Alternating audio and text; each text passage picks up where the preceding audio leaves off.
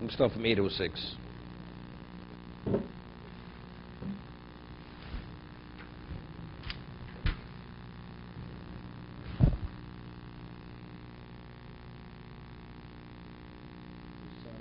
I know. So I'm going to mention other things. Yeah. Because I know what buttons to press, which he doesn't, regarding most people here. Okay.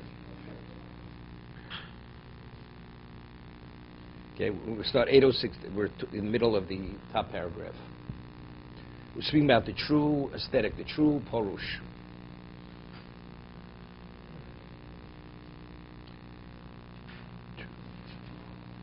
Five lines up. Aesthetic. Aesthetic. Aesthetic. Okay.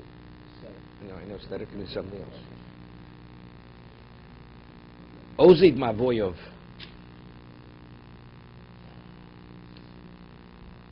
He abandons his aspirations. He's willing to overlook what he Mitzapa Yomo.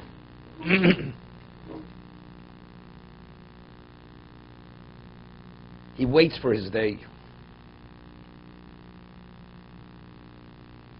Yeah, he looks ahead to the day of his death.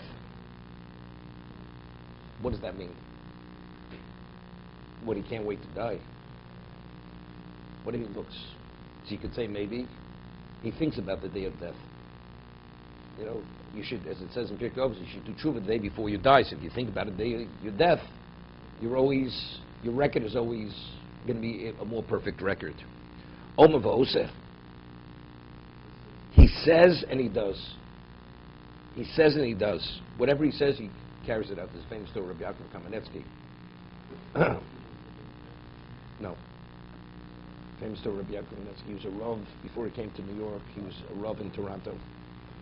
And if you're a Rav, you know, you just can't eat in people's houses. Because even though one person's house is 100%, because you can't differentiate one house, one family you do go, in a policy, whatever. So there was some kind of kiddush or something, and we know the minig of the person who's a misnagid eats gebrachs on Pesach. Eats gebrachs. You know, even if matzah comes in contact with water, he would eat it. So he would eat knedlach. Right, but they call matzah balls. Right, that's what Manischewitz calls it. Okay, so there was a question of this person's kashrus was questionable. Didn't meet the grade. So Yaakov says, sorry, I can't even partake of the kiddush because I don't eat gebrachs. But it wasn't the gebrachs question. It was a question of it was kosher, right? But since he said he didn't eat gebrachs for the rest of his life, did not eat gebrachs. His children ate gebrachs. All his children, but he, because he said to that person, I don't, he kept his word. If that came out of his mouth, he's bound to the words of Omavosa. Whatever he says, he does, carries out in every sense of the word.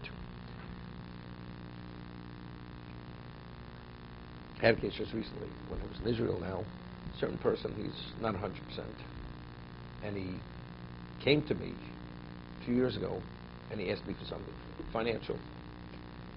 He pressured me, like you can imagine, and when I said to, I will do it, I said, Bli neder. Bli neder. That's what I said. Meaning, if I could do it, I'll do it. So he comes to me now, I saw him, and he says, you know, I've been waiting 8 years for what you said you'd give me. I said, did you realize originally, the way you asked me, you know, you didn't give me a choice but to say yes, and I said, Bli neder. He says, it doesn't make a difference. But the way I understood when you said you were going to give it, I understood that you were going to give it. Therefore, you have to keep your word. You ever hear such a thing? Okay? And he was angry. So I said to him, you know, I'll give you a portion of it. He says, I swear I will not take it from you unless you give it all to me. This is what he says. Okay? So I said, okay, what am I supposed to do? Afterwards came, he says, you know, a person does things in a state of pain. He says, but you said it, and because I understood you can carry through with your word, you have to give it to me. Okay? Omer v'oseh. You say it, you have to do it. This was my experience just a few days ago. There's an expression in Yiddish. The mezok meshuga is meshuga. That's what this is this case. Chocham Zoris. He's wise, and he does things with zeal. Zoris. You know, there's a famous Seforno. Seforno says we find by Rivka when Eliezer asked for a sip of water, it was about Torahs. She ran, and the whole story there, she's rushing. Why is she rushing? So the Seforno says when a person rushes to do something, a mitzvah, with zeal, it's an indication of what the person truly values. So this person over here, he's Zoris, Nafsho Yekoro. He has a precious soul. What does it mean he has a precious soul? He's a noble soul. And who makes that evaluation whether he has a noble soul or not? V'labrios Noach.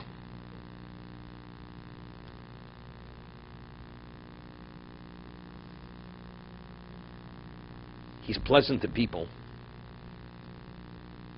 Labrios Gibo Ba'oretz.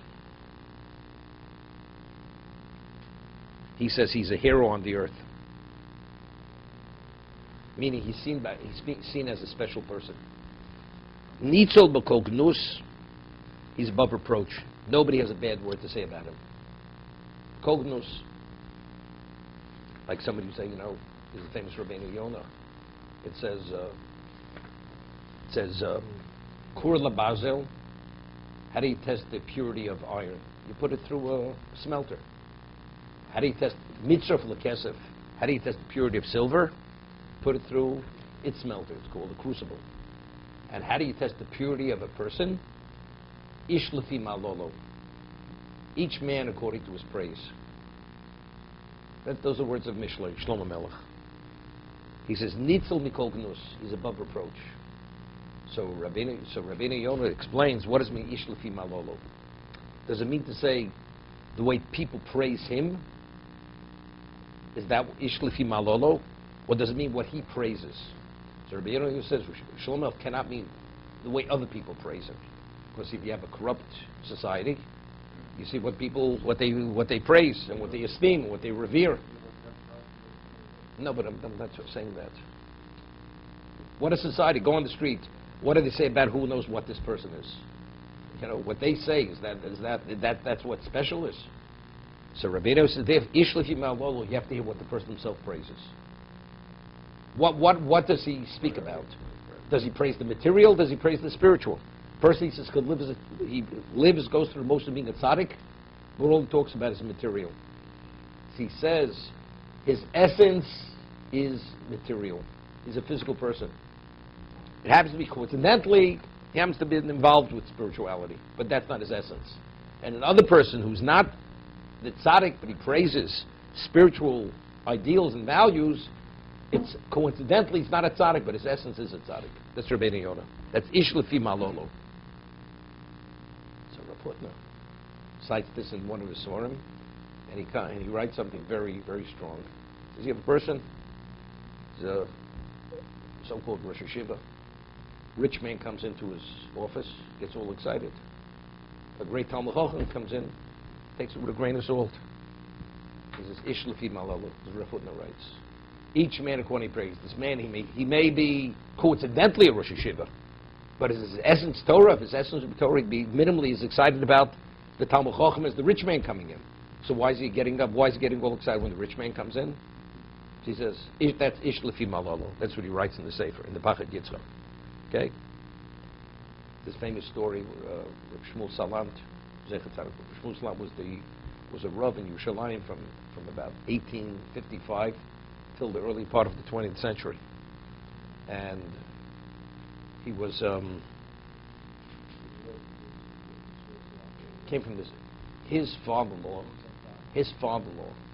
was Reb Shlomo Salanter's Rebbe. Rabbi Yosef Zundel of Salant was the Rebbe of Reb Shlomo Salanter. He was the son-in-law. Shmuel Salant was the son-in-law of Rabbi Yosef Zundel of Salant. Okay? So Shmuel Salant, he was a great person. So in the 19th century, Yerushalayim, the level of poverty is not to be understood. And people that would wear clothing was threadbare. They were malnourished because they didn't even have sufficient nourishment. And they were committed to Torah day and night. So a very wealthy Jew came from the United States and wanted to meet Rabbi Shmuel. And Yerushalayim had an executive director. Because any time a wealthy man would come, they would try to show him around, that he should contribute to the community fund to help the people. And Rabbi Shmuel Salant was engaged in a Torah conversation with the person beyond Talmud Chacham. The person looked as impoverished, threadbare clothing, malnourished, and he was engaged in a Torah discussion with Rabbi Shmuel Salant. And this rich man is there waiting. So, and Rabbi Shmuel Salant knew he was waiting, but he wasn't going to interrupt his Torah conversation until he finished speaking what he had to speak. This rich man sees that they're not giving him his due respect, immediately gets upset, angry, and he starts belittling the young person speaking to Rabbi Shmuel. He's not going to say anything negative about to Rabbi Shmuel Salant, but he says to the person, you're a nobody, you're a nothing, you're worthless. What are you worth? The way you dress, the way you look, your existence is worthless. And he attacks this young person. He's innocent. You know, he's speaking to Rabbi Shmuel Salant, wanted to stop the conversation, he could have stopped it. Rabbi Shmuel Salant sees this. He says to this man, he says, you can take your money, go back to America. I don't want to look at you. You don't deserve even to walk to be in Yerushalayim. And he goes, and he literally, he dismantles him from head to toe at every level. The man walks out like a beaten dog. This rich man. And afterwards, he realized he did the wrong thing. He comes back and he asked,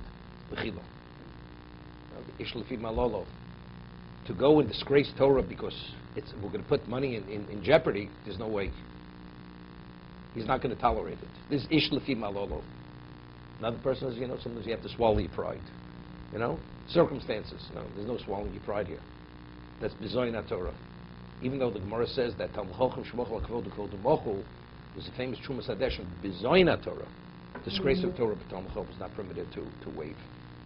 Honor of Torah you could waive, but disgrace that you cannot waive. To be continued. Thank you, Howard.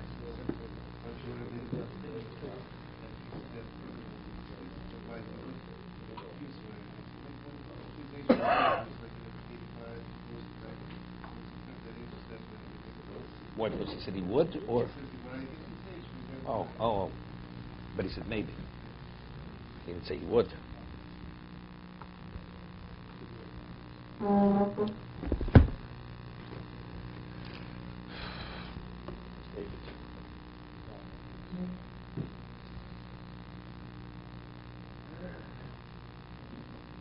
like it's the opposite of Chovos HaLevavos. It's Baruch B'Torah.